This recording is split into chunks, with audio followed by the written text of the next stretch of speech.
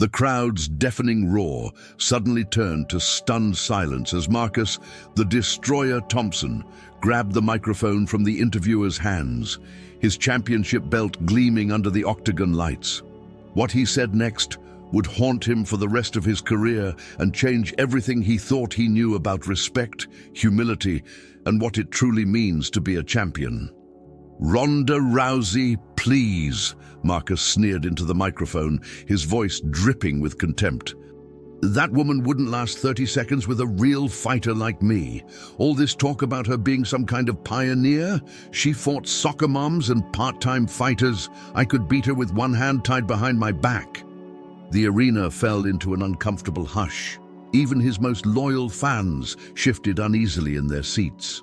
Marcus had just crossed a line that no true martial artist should ever cross, disrespecting a legend who paved the way for everyone who came after her.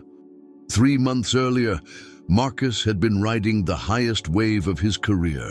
At 28 years old, he held the UFC lightweight championship and had an undefeated record of 22 wins, 0 losses. Born and raised in the tough neighborhoods of Detroit, Michigan, Marcus had clawed his way from underground fight clubs to the pinnacle of mixed martial arts. His aggressive fighting style and knockout power had earned him millions of fans worldwide, but success had also inflated his ego to dangerous proportions. The controversy began during a press conference at the MGM Grand in Las Vegas. A reporter asked Marcus about female fighters and their impact on the sport. Instead of showing respect for the women who had fought to legitimize female MMA, Marcus launched into a tirade that would be replayed millions of times across social media. "These female fighters get way too much credit," he continued, his voice growing louder and more aggressive. "Ronda Rousey especially. She was lucky to fight in an era when women's MMA was a joke.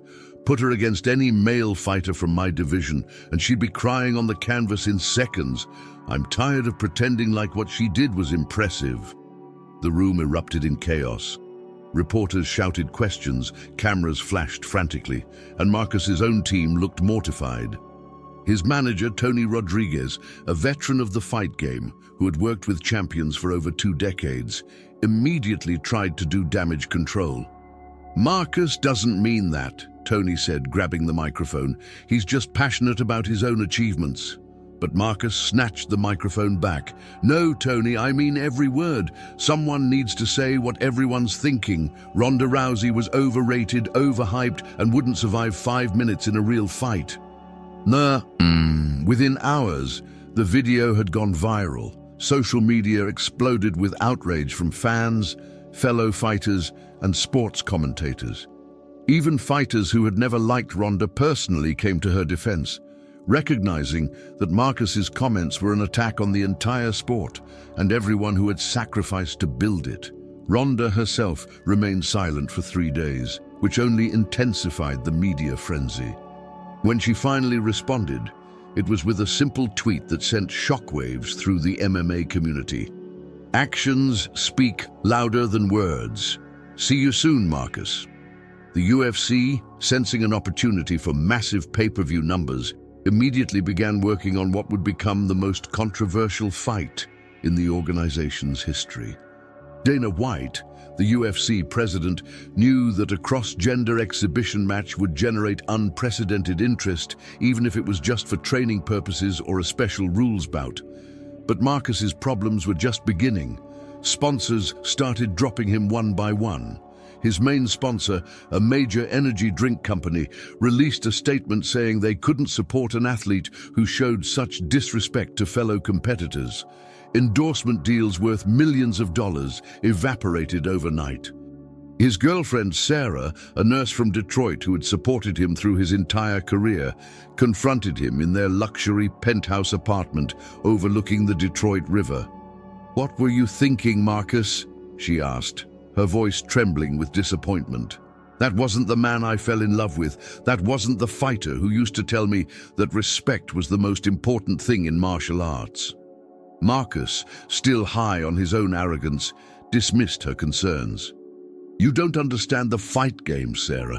Sometimes you have to be controversial to stay relevant. This is all part of building my brand." "Your brand?" Sarah's eyes filled with tears. "Your brand used to be about honor, hard work, and inspiring kids from the neighborhood. Now you're just another arrogant athlete who thinks success gives him the right to tear down others." That night, Sarah packed her bags and left. Marcus found himself alone in his penthouse, surrounded by championship belts and trophies that suddenly felt meaningless. Meanwhile, in Venice Beach, California, Ronda Rousey was putting together a training camp unlike anything the MMA world had ever seen. Despite being retired from active competition, she was in phenomenal shape and had been training consistently. Her coach, Edmond Tarverdyan, was initially hesitant about the whole situation. "Ronda, you don't need to prove anything to anyone," Edmond said as they worked on striking combinations in her private gym. "You've already cemented your legacy. This kid is just trying to get attention." Ronda paused, wiping sweat from her forehead. "It's not about proving anything to him, Edmond. It's about proving something to every young girl who's been told she's not strong enough, not tough enough, not good enough." Marcus represents everything that's wrong with this sport: the ego, the disrespect, the belief that being physically stronger makes you a better person. The training footage that leaked to social media showed a focused, determined Ronda working with world-class sparring partners. Videos of her throwing grown men to the ground with her signature judo throws went viral, reminding everyone why she had been so dominant during her championship reign. If you're enjoying this incredible story of pride, downfall, and redemption, make sure to subscribe to our channel and hit that notification bell so you never miss our latest content. Drop a comment below and tell us what you think Marcus should do next. We read every single one, and your engagement helps us bring you more amazing stories like this one. As the weeks passed, Marcus began to realize the magnitude of his mistake. Training sessions became increasingly difficult as his usual sparring partners started declining to work with him. Word had spread throughout the MMA community that Marcus was persona non grata, and even fighters from his own gym began keeping their distance. His head coach, Miguel Santos, a Brazilian jiu-jitsu legend who had trained multiple champions, finally confronted him during what would be their last training session together. "Marcus, I've been coaching for 30 years, Miguel said, his thick Brazilian accent heavy with disappointment. "I've worked with killers, with warriors, with champions, but I've never worked with someone who showed such disrespect to the sport that gave him everything." Marcus, drenched in sweat and breathing heavily after a brutal training session, looked up at his mentor with confusion. "Coach, what are you talking about? I'm the same fighter I've always been." Miguel shook his head slowly. "No, you're not. The Marcus I started training 5 years ago was hungry, humble, and respectful. He understood that every fighter who came before him had paved the way for his success. This Marcus, I don't recognize. I'm still undefeated, coach. I'm still the champion. Being undefeated in the octagon means nothing if you're defeated as a human being," Miguel replied. Ronda Rousey opened doors for this entire sport. She brought mainstream attention to MMA. She inspired millions of people, and she did it with class and dignity. You're trying to tear down her legacy for what? For attention? For controversy? That evening, Miguel informed Marcus that he would no longer be training him. The news hit Marcus harder than any punch he had ever taken in the octagon. Miguel had been more than a coach. He had been a father figure, a mentor who had guided Marcus from the amateur ranks to the championship level. Alone in his apartment, Marcus found himself watching old footage of Ronda's fights for the first time. He watched her armbar Miesha Tate in 14 seconds. He watched her throw Sarah McMahon with such force that the Olympic silver medalist looked like a beginner. He watched her finish Bethe Correa with a head kick that was so perfectly timed it belonged in a martial arts movie. For the first time since making his controversial comments, Marcus began to understand what he had really said. He wasn't just criticizing a fighter, he was diminishing the achievements of someone who had revolutionized an entire sport. The realization hit him like a freight train. Ronda hadn't just been a fighter, she had been a pioneer. She had fought when women's MMA was barely recognized, when female fighters made a fraction of what their male counterparts earned, when they had to work second jobs just to afford training. She had carried the weight of an entire gender on her shoulders and had done it with grace under pressure that Marcus was only now beginning to appreciate. His phone buzzed with a text message from his younger sister Maria, who was studying pre-med at the University of Michigan. The message was short but devastating. "I used to be proud to tell people you were my brother. Now I'm embarrassed. Ronda Rousey inspired me to believe I could be anything I wanted to be. You just told the world that women like me don't matter." Marcus stared at the message for hours. Maria had always been his biggest supporter, the one person who believed in him even when he didn't believe in himself. She'd been there for every amateur fight, every professional debut, every championship victory. And now, because of his arrogance and stupidity, he had lost her respect too. The next morning brought news that would change everything. Dana White announced that the UFC had arranged for a special exhibition match between Marcus and Ronda. It wouldn't be a traditional fight. Instead, it would be a series of challenges designed to test different aspects of martial arts: grappling, striking accuracy, and mental toughness. "This isn't about proving who's the better fighter," Dana explained during a press conference. "This is about respect, about understanding what it means to be a martial artist, and about giving Marcus Thompson a chance to either prove his words or eat them." The announcement sent shockwaves through the sports world. ESPN, Fox Sports, and every major media outlet picked up the story. The exhibition was scheduled for 8 weeks later at Madison Square Garden in New York City, and ticket sales broke records within hours of going live. Marcus's first instinct was to double down on his arrogance. "Finally," he told reporters, "I get to show the world what I've been saying all along. This is going to be embarrassing for Ronda, and I almost feel bad about it." But privately, Marcus was beginning to feel something he hadn't experienced in years: doubt. Not doubt about his fighting ability, but doubt about whether he was the person he wanted to be.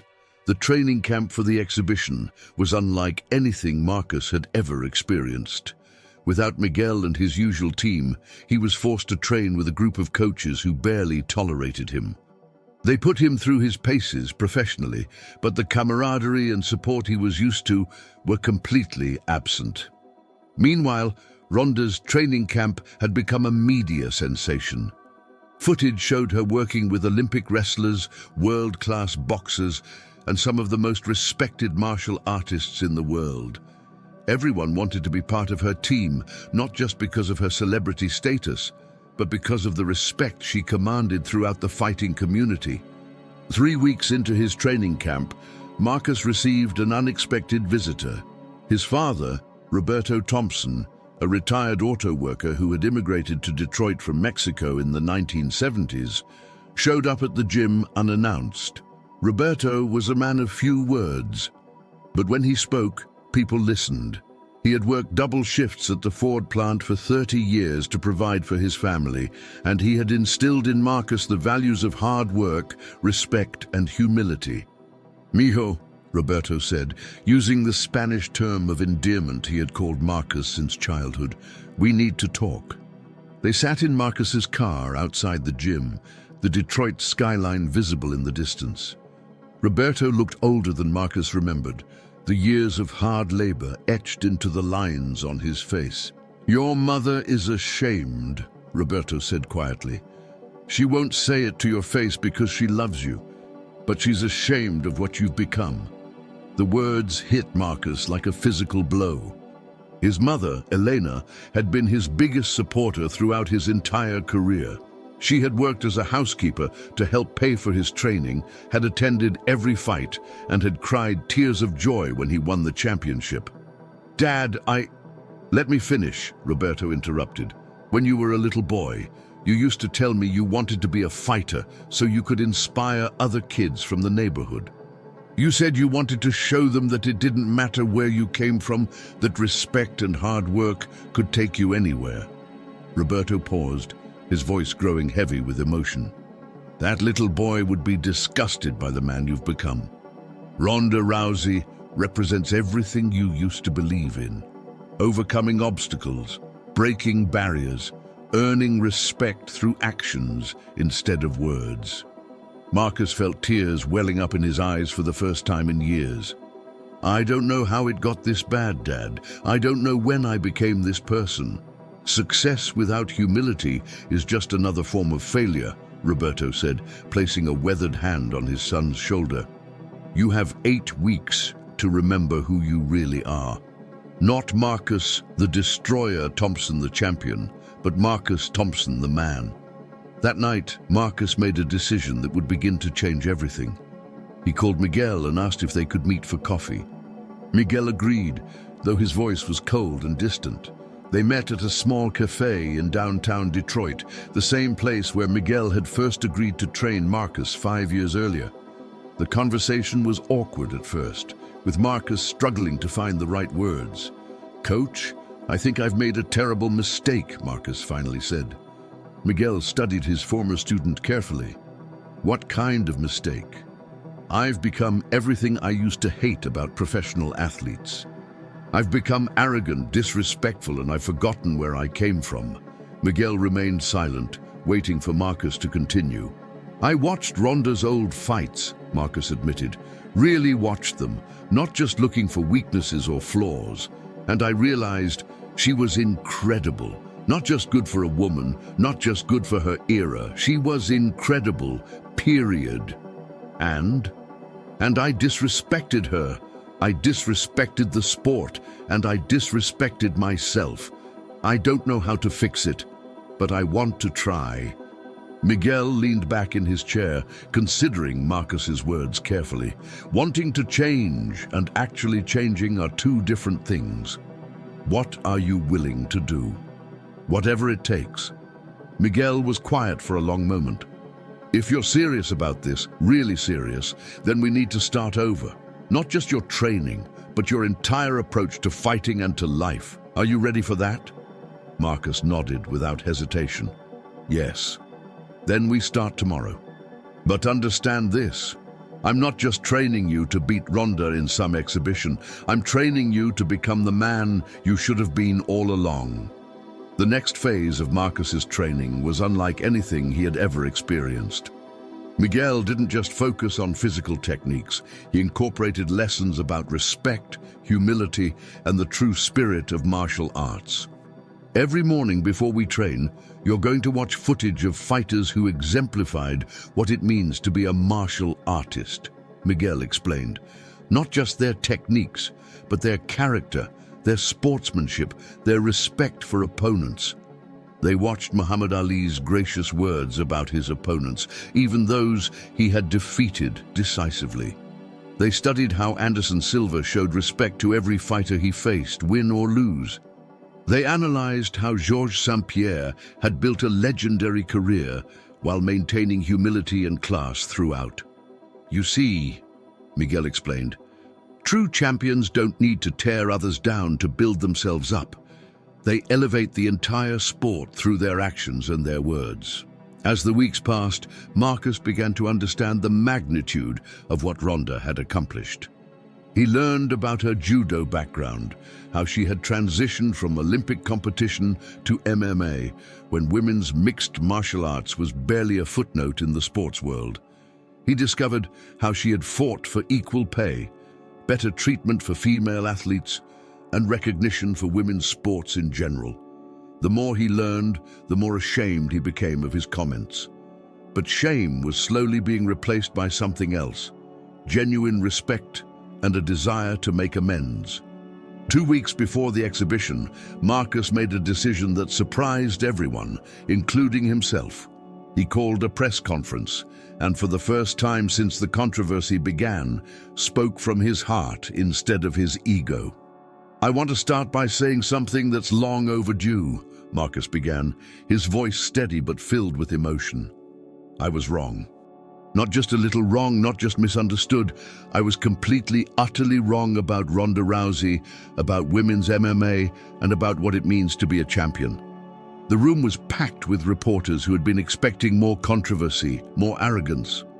Instead, they were witnessing something rare in professional sports: a genuine, heartfelt apology. "Ronda Rousey didn't just pave the way for women's MMA," Marcus continued. "She paved the way for all of us. She brought legitimacy, attention, and respect to this sport when it needed it most. She fought through barriers that I never had to face, and she did it with a grace and determination that I can only hope to emulate." Marcus paused, gathering his thoughts. "I let success go to my head, and I forgot the values that got me here in the first place. I disrespected not just Ronda, but every fighter who came before me, every fan who supported me, and every young person who looked up to me as a role model." The questions from reporters were surprisingly respectful. One asked if he was only apologizing because of the backlash he had faced. "That's a fair question," Marcus replied. "The backlash definitely opened my eyes, but this apology isn't about saving my career or my endorsements. It's about becoming the person I should have been all along.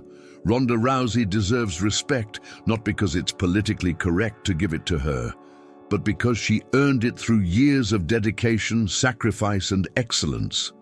The press conference video went viral within hours, but this time the response was different. While some people remained skeptical of Marcus's motives, many others recognized the sincerity in his words and began to see him in a new light. Ronda herself responded to the apology during her own media appearance. "I appreciate Marcus's words," she said. "Apologies are easy to give, but hard to mean. We'll see if his actions match his words." The final week of training was intense, but different from anything Marcus had experienced before. Miguel focused not just on physical preparation, but on mental and emotional readiness. "This exhibition isn't about proving you're stronger than Ronda," Miguel explained. "It's about proving you understand what martial arts really means. It's about showing respect, demonstrating skill, and honoring the sport that gave you everything." Marcus nodded, finally understanding what his coach meant. "I'm not fighting against Ronda. I'm fighting against the person I became." "Exactly. And that's a fight you can actually win." The night before the exhibition, Marcus couldn't sleep. He found himself thinking about his journey from a young kid in Detroit who just wanted to make his family proud to a champion who had lost his way and was now trying to find his path back to redemption. He thought about his sister Maria, who had sent him a text earlier that day. "I'm proud of you for apologizing, but now you need to show everyone that you meant it."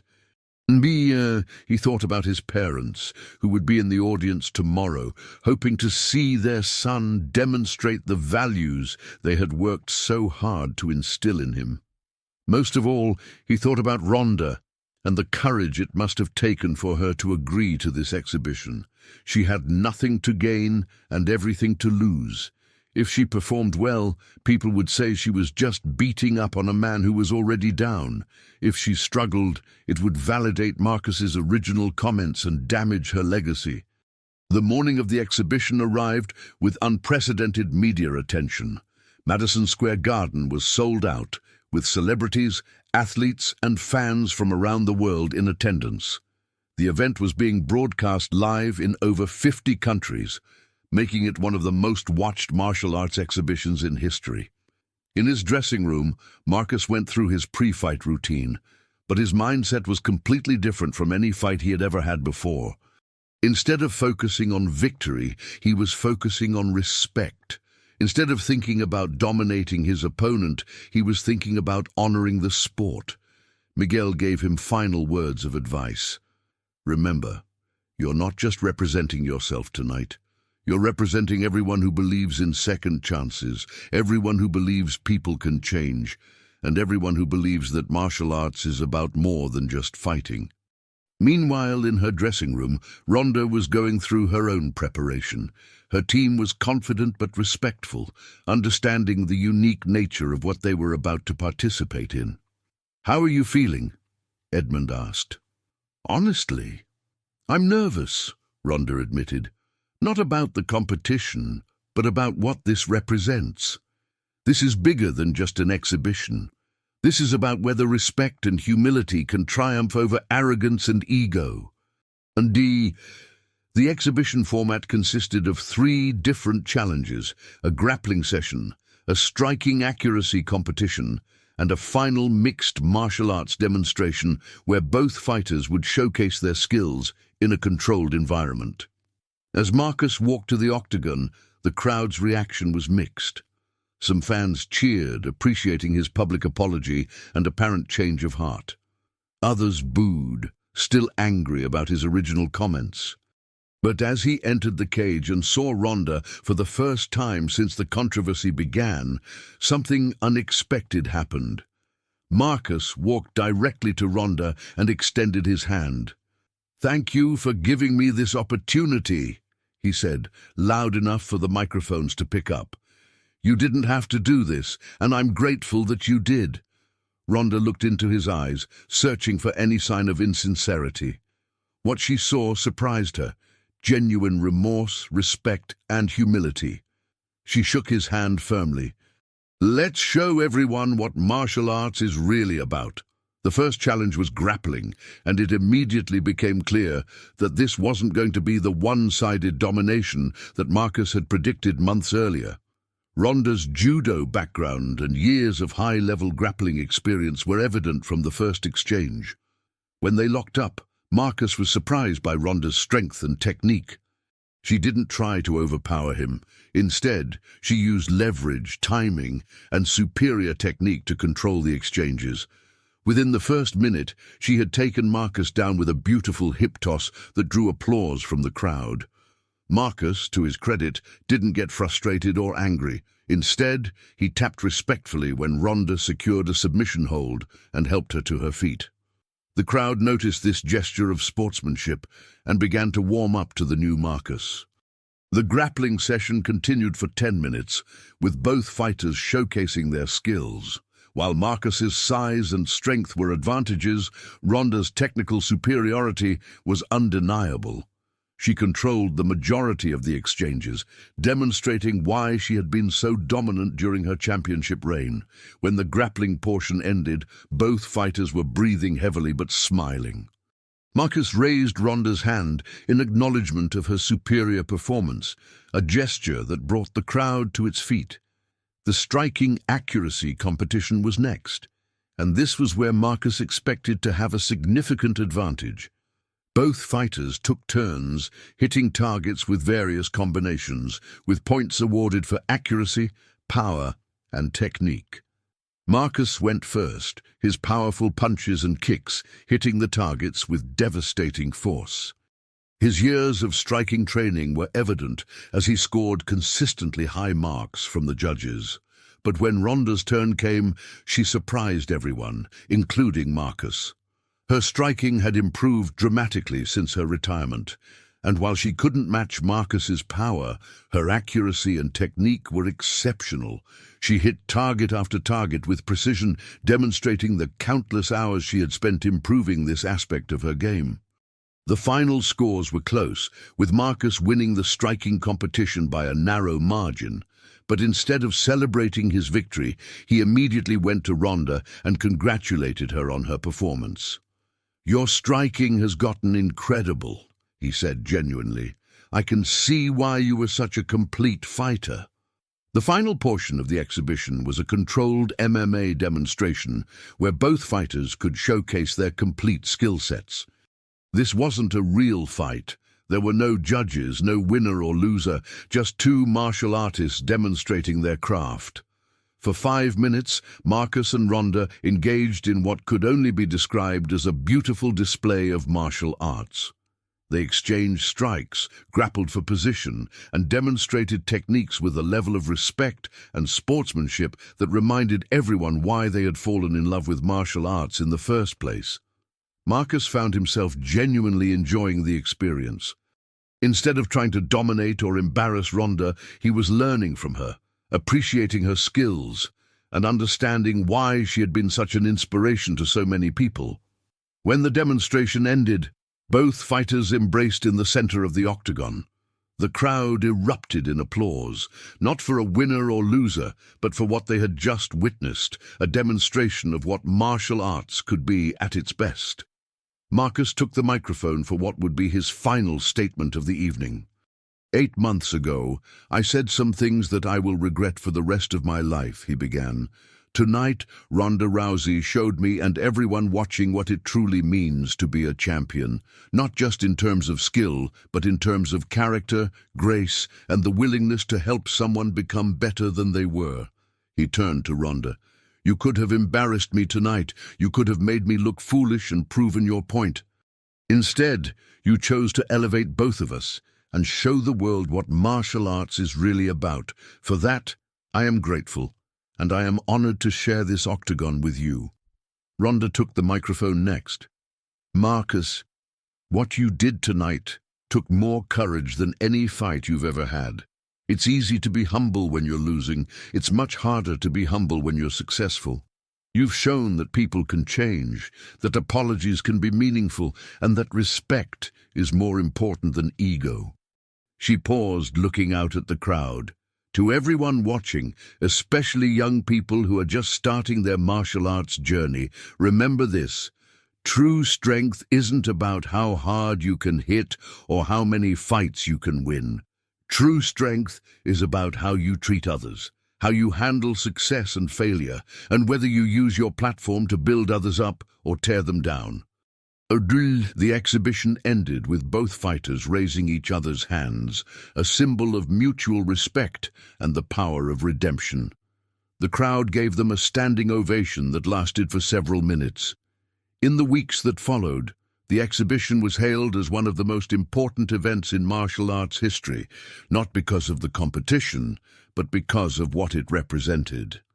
Marcus's transformation from arrogant champion to humble martial artist became a case study in personal growth and the power of taking responsibility for one's actions. Sponsors began returning to Marcus, not because of his fighting ability, but because of the character he had shown. His relationship with Sarah was slowly rebuilt, based on the man he was becoming, rather than the champion he had been. Most importantly, his family was proud of him again. Marcus never forgot the lessons he learned during those months of controversy and redemption. He went on to defend his championship several more times, but his approach was completely different. He showed respect to every opponent, used his platform to promote positive values, and became a role model for young fighters around the world. Years later, when asked about the exhibition with Ronda, Marcus would say it was the most important fight of his career, not because of what happened in the octagon, but because of what happened to him as a person. Ronda, for her part, continued to be an inspiration to athletes and non-athletes alike. The exhibition had reminded everyone why she had been such a transformative figure in sports, and her gracious handling of the entire situation only added to her legacy. The story of Marcus Thompson and Ronda Rousey became more than just a sports story. It became a story about the power of humility, the importance of respect, and the possibility of redemption. It showed that even when we make terrible mistakes, we have the power to change, to grow, and to become better than we were. Most importantly, it demonstrated that true champions aren't defined by their wins and losses, but by how they treat others and how they use their success to make the world a little bit better. If this incredible journey of pride, fall, and redemption moved you as much as it moved us, we need you to be part of our community. Smash that subscribe button and ring the notification bell, because we're bringing you more life-changing stories that will inspire, motivate, and remind you that everyone deserves a second chance. Hit that like button if you believe in the power of transformation, and drop a comment telling us about a time when you had to swallow your pride and make things right. Your story might inspire our next video. Don't forget to share this with someone who needs to hear that it's never too late to change. Your support means everything to us and helps us continue creating content that matters. Thank you for being part of this amazing journey.